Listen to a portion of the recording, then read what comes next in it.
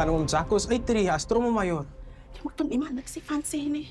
Dis 'n groot geheim nie. Weet iemand anders hiervan? Ja, ons moet hom na ons kant toe kry. Wie sê? Wag, moet dit ek trommelmajoor is. Die meisies gaan nie daar op plat hardloop om my te kom. Miskien. Miskien nie.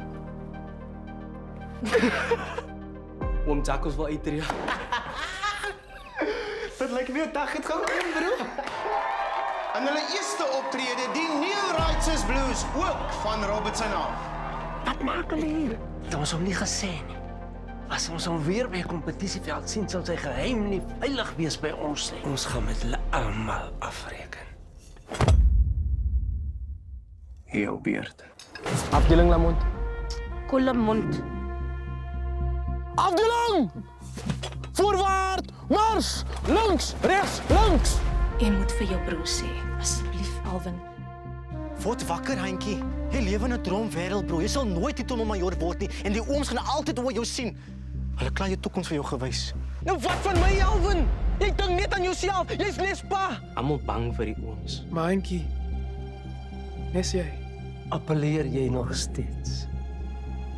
Nee. Julle mans. Julle speel met die mense lewens. Let's face it, julle. Die ander koor is goed. Hulle gaan nie van my kry nie. En daai sê ek nou vir julle. Jy sal 'n brief van ons kry met die datum van 'n dissiplinêr. Ek sal hulle nooit vergeef wat hulle aan jou gedoen het.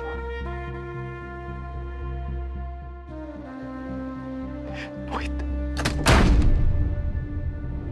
Jy is die een wat alles opvoeder. En jy gaan nie ontslaa raak van ons nie. Nee. Maar al wat vir jou saak maak, as trommelmajoor in jou koor.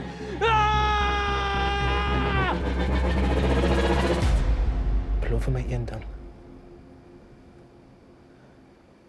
Luister altyd na jou hart.